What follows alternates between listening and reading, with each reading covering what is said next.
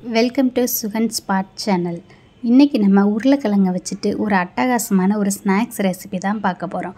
ரொம்ப கொஞ்சம் கூட ஆயிலே பிடிக்காமல் ஒரு பெர்ஃபெக்டான ஃப்ரெஞ்ச் ஃப்ரைஸ் எப்படி செய்கிறதுன்னு சொல்லிட்டு பார்க்கலாம். ரொம்ப ஈஸி, அதுவும் கம்மியான விலையிலே வந்துட்டு நம்ம அதிகமாக செஞ்சு சாப்பிட்டுக்கலாம். ஹோட்டல்லாம் பார்த்திங்கன்னா இதோட ப்ரைஸ் தான் எக்கச்சக்கமாக சொல்லுவாங்க. பட் அதில் என்னென்ன மிக்ஸ் பண்ணுறாங்கன்னு நமக்கு தெரியாது. பெரிய உருளைக்கிழங்குல செஞ்சால் தான் இது நல்லாயிருக்கும். கொஞ்சம் பெருசாக இந்த மாதிரி நீல வாக்கில் இருக்க உருளைக்கிழங்கா பார்த்து எடுத்துக்கோங்க. இதை நல்லா வாஷ் பண்ணிக்கலாம். 2-3 டைம் நல்லா மண்ணெலாம் இருந்துச்சுன்னா அது போகிற அளவுக்கு வாஷ் பண்ணிவிட்டு இது மேலே இருக்க தோலை மட்டும் நல்லா உரிச்சு எடுங்க. இந்த மாதிரி சீவுறதை வச்சு சீவினீங்க அப்படின்னா தான் கிழங்கு எதுவுமே போகாமல் வெறும் தோல் மட்டும் இந்த மாதிரி சீவி வரும். இந்த தோலை வேஸ்ட்டு பண்ணாமல் மைக்ரோ ஓவன் இருந்துச்சுன்னா அதில் 2 மினிட்ஸ் ஃப்ரை பண்ணி லைட்டாக salt and red chilli powder சேர்த்து சாப்பிட்டிங்கன்னா அது ஒரு சிப்ஸ் மாதிரி அட்டகாசமாக இருக்கும். இன்னொரு டிப்ஸு, இந்த தோலை அப்படியே கண்ணுக்கு மேலே கீழேயும் நல்லா மசாஜ் கொடுத்தீங்க அப்படின்னா கருவளையம் குறைய வாய்ப்பு இருக்குது. உருளைக்கிழங்கு தோலை கொஞ்சம் கூட வேஸ்ட் பண்ணாதீங்க, கீழே தூக்கி போடாதீங்க. இப்போ நம்ம தோலெல்லாம் உரித்து வச்சுருக்க உருளைக்கிழங்கை இந்த மாதிரி நீல வாக்கில் கட் பண்ணி எடுத்துக்கிட்டோம். நமக்கு தேவையான சைஸுக்கு ஷேப்ஸுக்கும் கட் பண்ணிக்கலாம். ஆனால் நீல வாக்கில் கட் பண்ணிட்டீங்க அப்படின்னா நம்ம சாப்பிட்றதுக்கு கொஞ்சம் ஈஸியாக இருக்கும், பொரிச்சு எடுக்கிறதுக்கும் ரொம்பவே ஈஸியாக இருக்கும். கிழங்கு எல்லாத்தையும் இந்த மாதிரி நீல வாக்கில் கட் பண்ணிவிட்டு கிழங்கு மூழ்கிற அளவுக்கு தண்ணி சேர்த்துக்கோங்க. தேவையான அளவு உப்பு சேர்த்துட்டு கிழங்கு நல்லா ஒரு 2-3 நிமிஷம் மட்டும் பாயில் பண்ண விட்டால் போதும். ரொம்ப நேரம் பாயில் பண்ண விட்டுறாதீங்க. ரொம்ப நேரம் குக் ஆகிடுச்சு அப்படின்னா கிழங்கு எல்லாமே உடஞ்சி வெந்து வந்துடும். அப்போ நல்லா கிரிப்ஸியாக வராது ஃப்ரெஞ்ச் ஃப்ரை. 2-3 நிமிஷம் இந்த மாதிரி நல்லா கொதிச்சா போதும். ஸ்டவ்வை ஆஃப் பண்ணிவிட்டு கிழங்கு எல்லாத்தையுமே எடுத்துருங்க. அதாவது 50% குக் ஆகிருக்கணும். தண்ணியை நல்லா வடிகட்டிட்டு வெறும் கிழங்கு மட்டும்தான் எடுக்கணும். இது கொஞ்சம் நல்லா ஆறுனதுக்கப்புறம் இதில் இருக்க தண்ணியெல்லாம் தொடச்சி எடுத்துருங்க. தண்ணி இழுக்கிற துணியாக, அதாவது ஒரு காட்டன் துணி எதுலையாவது வச்சு உருளைக்கிழங்கு எல்லாத்தையும் போட்டு இந்த மாதிரி நல்லா தொடச்சி எடுத்துடணும். டிஷ்யூ பேப்பர் மட்டும் யூஸ் பண்ணாதீங்க. ஈரத்தோட உருளைக்கிழங்கு கூட டிஷ்யூ பேப்பர் அப்புறம் ஒட்டிக்கிறோம். அதனால் நார்மலாக எந்த ஒரு காட்டன் டவல்ஸ், ஒரு ஈரம் வாங்குகிற துணியில் தொடச்சி எடுத்துடலாம். இந்த மாதிரி தொடச்சி எடுத்த உருளைக்கிழங்கை தேவையான அளவு எண்ணெயை காய வச்சு அதில் ஒரு டைம் போட்டு ஃப்ரை பண்ணி எடுக்க போகிறோம். எண்ணெய் நல்லா காஞ்சிருக்கணும். ஃபஸ்ட் டைம் எண்ணெயில் போடும்போதே கொஞ்சம் கொஞ்சமாக போடுங்க. அதுக்கப்புறமா 2-3 தடவை கிண்டி விட்டுட்டு லைட்டாக ஃப்ரை ஆன உடனே எடுத்துடணும்.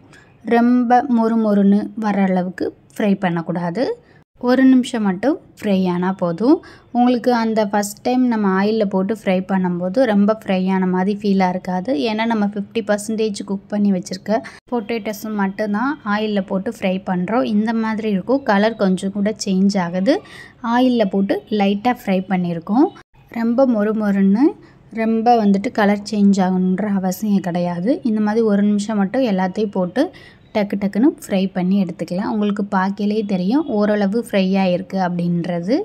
இது கொஞ்சம் நல்லா ஆயிலில் வடிகட்டி எடுத்து வச்சுக்கிடலாம். இப்போ இந்த எடுத்து வச்சுருக்க உருளைக்கிழங்கு எல்லாத்தையும் இது 1 டைம் ஃப்ரை பண்ணியிருக்கேன் இல்லையா, அகெயின் அதே ஆயிலில் திரும்ப போட்டு திரும்ப 1 நிமிஷம் அளவுக்கு பொரிச்செடுங்க. செகண்ட் டைம் நல்லா பொரிக்கும்போது இன்னும் கொஞ்சம் நல்லா மொறுன்னு, ஒரு சில கிழங்குகளோட வாகை பொறுத்து இந்த மாதிரி கலர் சேஞ்சும் ஆகும். அது பார்க்கவே ரொம்ப ஒரு அட்டகாசமாக இருக்கும். இப்போ டிஷ்யூ பேப்பர் வச்சு நம்ம உருளைக்கிழங்கு பொரித்து ஒரு பேட்சாக சேர்த்துக்கலாம். இதுவும் 1 நிமிஷம் ஃப்ரை பண்ணால் போதும். எண்ணெய் நல்லா காஞ்ச எண்ணெயில் மீடியம் ஃப்ளேமில் வச்சுட்டு போட்டாலே போதும். ஃபஸ்ட் டைம் பொரிச்சு எடுத்ததுக்கும் இப்போ செகண்ட் டைம் நம்ம அதே உருளைக்கிழங்கு ஃப்ரை பண்ணுறதுக்கும் ரொம்பவே வித்தியாசம் தெரியும். பார்த்தாலே உங்களுக்கே தெரியும். நல்லா மொறுன்னு போடும்போதே நல்லா சலசலன்னு உங்களுக்கு சத்தம் கேட்கும். ஃபஸ்ட் டைம் ஃப்ரை பண்ணும்போது அந்த மொறுப்பு சத்தம்லாம் கேட்காது. இப்போ செகண்ட் டைம் ஃப்ரை பண்ணி போடும்போது நல்ல மொறுன்னு சத்தம் கேட்கும். டிஷ்யூ பேப்பர்லேயோ இல்லை காட்டன் கிளாத்தை வச்சு இந்த ஃப்ரை பண்ண உருளைக்கிழங்குலாம் நீங்கள் போடும்போது இதில் இருக்க எக்ஸஸ் ஆயில்லாம் அதில் ட்ரைன் ஆயிரும். நல்லா ஒரு டைம் குலுக்கி விட்டுட்டு திரும்பியும் டிஷ்யூ பேப்பரை போட்டு எடுத்தீங்க அப்படின்னா நல்லா இதில் இருக்க எக்ஸஸ் ஆயிலாம் ட்ரைன் ஆகி ஆயிலே இல்லாமல் உங்களுக்கு டேஸ்டியான ஃப்ரெஞ்ச் ஃப்ரை ரெடி ஆயிரும்.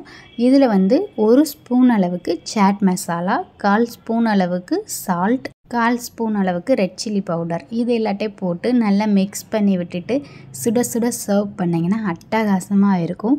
என்னோடய குழந்தைகள்லாம் எப்போம்மா செஞ்சு தருவீங்கன்னு சொல்லிட்டு பக்கத்துலேயே உட்காந்துப்பாங்க. குட்டி பையன் கொடுங்கம்மான்னு சொல்லிட்டு சாப்பிட்டு சூப்பராக இருக்குன்னு சொல்லிட்டான். ஆக்சுவலாக என்னோடய பெரிய பொண்ணு லாஸ்ட் டைம் பொருட்காட்சி போயிருந்தப்ப அங்கே வேணும்னு சொல்லி அடம் பிடிச்சாங்க. அங்கே ஆயிலெலாம் ஃப்ரெஷ்ஷாக இருக்காது, வீட்டில் வந்து கண்டிப்பாக செஞ்சு தரேன்னு சொல்லியிருந்தேன். அவங்களுக்கு ப்ராமிஸ் பண்ணதுக்காண்டி தான் இது செஞ்சு அப்பப்போ ஆயில் ஃப்ரையும் சேர்த்துக்கிறணும். அப்போ தான் உடம்புக்கு எல்லா வகையான ஃபுட்டும் போகும். நான் சொன்ன மாதிரி கண்டிப்பாக ட்ரை பண்ணி பாருங்கள். வெறும் 10 நிமிஷத்துலேயே ரொம்ப சூப்பரான ஃப்ரெஞ்ச் ஃப்ரை ரெடி. இந்த ஒரு பிளேட்டை தான் 100க்கு 120க்கு விற்கிறாங்க. வெறும் 15 ரூபாய்க்கு உருளைக்கிழங்கு வாங்கி நீங்களும் வீட்டிலையே ஃப்ரெஷ்ஷாக செஞ்சு கொடுங்க, தட்டே காலியாயிரும். இந்த வீடியோ பிடிச்சிருந்துச்சுன்னா கண்டிப்பாக லைக் பண்ண மறக்காதீங்க.